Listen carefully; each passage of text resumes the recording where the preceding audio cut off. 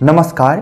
बिहार के चुनाव परिणाम के बाद सबसे अधिक चर्चा जिन नेताओं की बिहार में है, देश भर में है, उसमें जन स्वराज पार्टी के नेता प्रशांत किशोर सबसे अग्रणी हैं।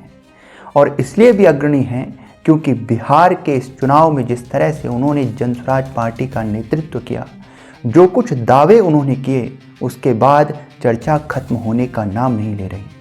सवाल बहुत से हैं क्योंकि 2022 में जब वे पहली बार अपनी एक चुनावी यात्रा कहें या यूँ कहें कि जनता के समर्थन के लिए जो यात्रा आप कहेंगे, उन्होंने जन स्वराज पदयात्रा की।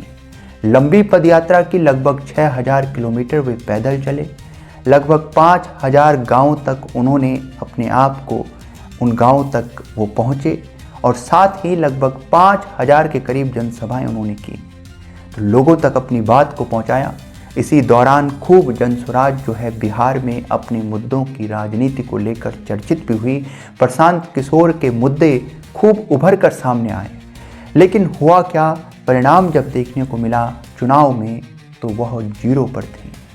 और अगर हम वोट प्रतिशत की भी बात करें तो बिहार में वोट प्रतिशत भी प्रशांत किशोर को, जन स्वराज पार्टी को अच्छा नहीं मिला। अब कारणों पर चर्चा स्वाभाविक है कि अर्थात ये कैसे ऐसा हो गया कि प्रशांत किशोर जो इतना इस संबंध में अपनी बात को रख रहे थे, दावा कर रहे थे, आखिर वो कहाँ फेल हो गए। प्रशांत किशोर जो राजनीति के चाणक्य कहे जाते हैं, प्रशांत किशोर जब बिहार में चुनावी राजनीति में स्वयं उतरते हैं तो पूरी तरह से फेल हो जाते हैं। ऐसा कहीं तो गलत नहीं होगा। उनके विषय में भी आपको जान लेना चाहिए। प्रशांत किशोर स्वयं में एक राजनीतिक रणनीतिकार के तौर पर देश भर में प्रसिद्ध हैं और चुनाव को लेकर उनकी जो रणनीतियाँ हैं उसके लिए वे कई गठबंधन, कई यूँ कहें आप राजनीतिक पार्टियों के लिए काम कर चुके हैं। बात ममता बनर्जी की हो, दक्षिण में स्टालिन की हो, जगन मोहन रेड्डी की हो, या बात जो है महाराष्ट्र की हो, दिल्ली में अरविंद केजरीवाल की हो, 2014 के चुनाव की हो, तो उसमें भी प्रशांत किशोर की भूमिका को वो सामने रखते हैं।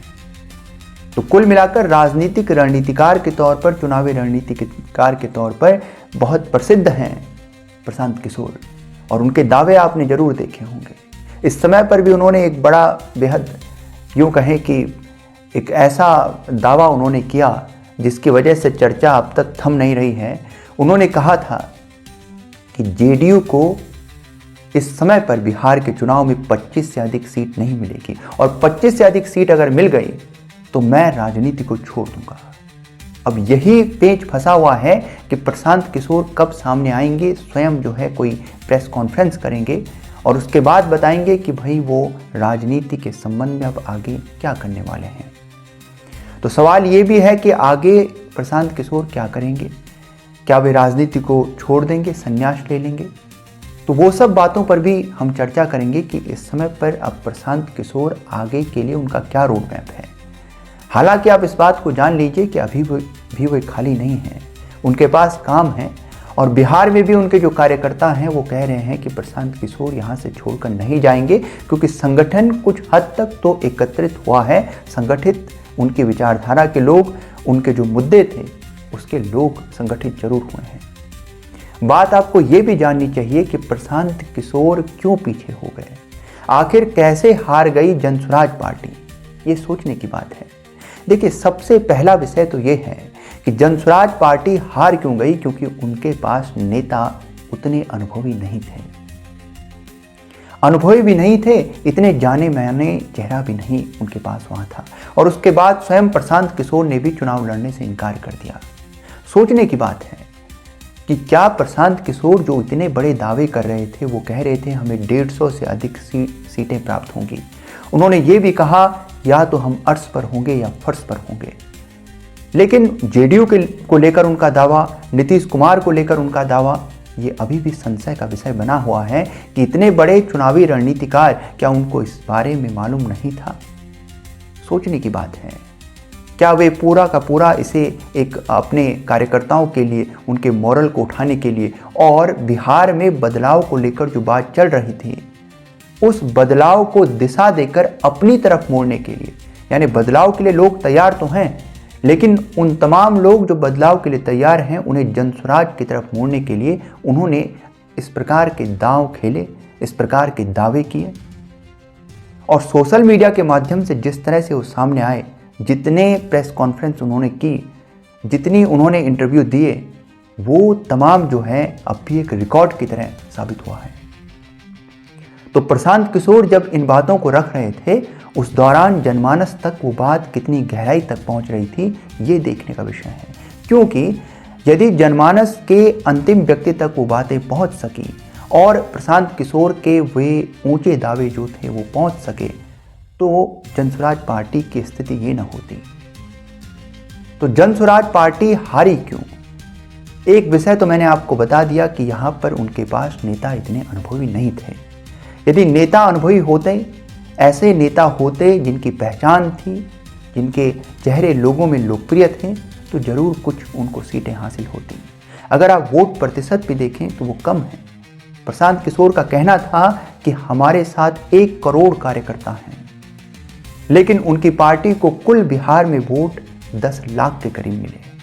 तो ये एक बड़े सोचने का विषय है और उनके दावों में और चुनावी वास्तविकता में काफ़ी बड़ा अंतर देखने को मिला। तो एक तो उनके पास नेता अनुभवी नहीं थे, दूसरी तरफ स्वयं प्रशांत किशोर इस बात को कह देते हैं कि मैं चुनाव नहीं लड़ूंगा।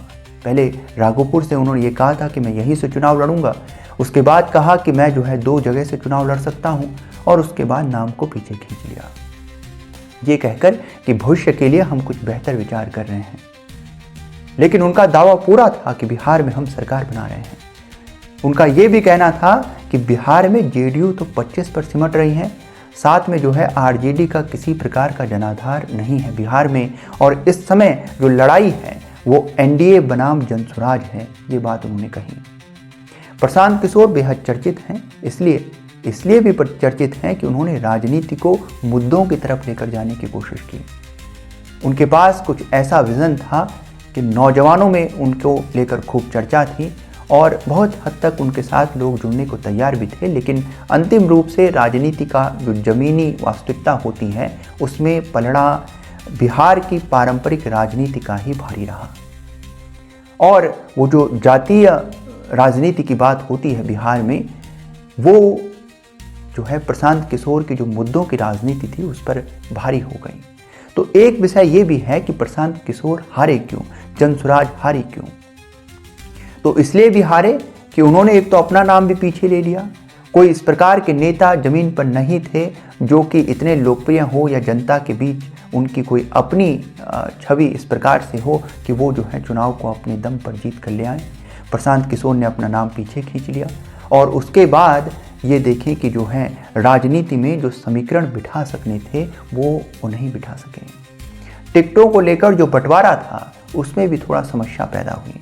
जनसुराज के ऐसे कई नेता जो ये चाहते थे कि उन्हें टिकट मिले, वो महत्वाकांक्षी थे। जब उन्हें टिकट नहीं मिले तो इसकी वजह से जो है आपसी जो मतभेद होता है, नई पार्टी है, कई लोग महत्वाकांक्षी थे और जब टिकट मिलने की बात आई तो जिन्हें मिला तो दूसरे जो थे समर्थक, उन्होंने जो है फूट पड़ गई और उन्होंने या तो निर्दलीय चुनाव लड़ लिया या फिर जो है वो जाकर किसी और पार्टी में सम्मिलित हो गए। अब इससे हुआ क्या कि जनमानस का जो विश्वास था वो कमज़ोर हो गया। तो यहाँ पर ये स्थिति को भी आप समझिए कि जनसुराज एक नई पार्टी का इस तरह से भी बिखराव हुआ है। तो वो तमाम चीज़ें हैं, क्योंकि आप बात करें AIMIM की या BSP की बात करें तो वो जनसुराज से बेहतर कर पाई हैं बिहार में। उनका वोट प्रतिशत भी अच्छा है बिहार में जनसुराज से कई अधिक, क्योंकि जनसुराज की चर्चा हम विशेषकर इसलिए भी कर रहे हैं, प्रशांत किशोर उसमें थे और वो दावा जो उन्होंने किया वो कोई साधारण दावे नहीं थे। नवंबर के बाद उनका कहना था कि नीतीश कुमार मुख्यमंत्री नहीं रहेंगे, भले कोई और हो जाए लेकिन नीतीश कुमार मुख्यमंत्री नहीं रहेंगे, जेडीयू 25 पर सिमट जाएगी। इस प्रकार के दावे उन्होंने कुछ किए थे। उनका कहना था कि जिस तरह से एनडीए 100 से अधिक सीटें पश्चिम बंगाल में नहीं ला पाई और मैंने वहां इस्तीफा नहीं दिया, ठीक वैसे ही यहाँ पर भी जेडीयू 25 से ज़्यादा सीट नहीं ला पाएगी और मुझे संन्यास नहीं लेना पड़ेगा, और अगर ला गई तो मैं संन्यास ले लूँगा। ये उनका कहना था। ये है प्रशांत किशोर। अब आगे सोचने की बात यह है कि प्रशांत किशोर की राजनीति किस प्रकार से आगे बढ़ती है। क्या वे संन्यास लेंगे, एक बड़ा सवाल है। जबकि अगर आप देखें तो अभी कुछ समय पहले चेन्नई में प्रशांत किशोर देखे गए थे। और क्यों देखे गए थे?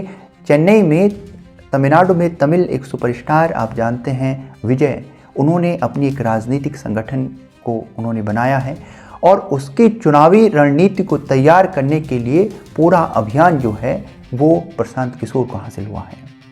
अब इससे आप समझिए कि प्रशांत किशोर अभी वहाँ पर भी रणनीति का जो कार्य है उसे जारी रखेंगे।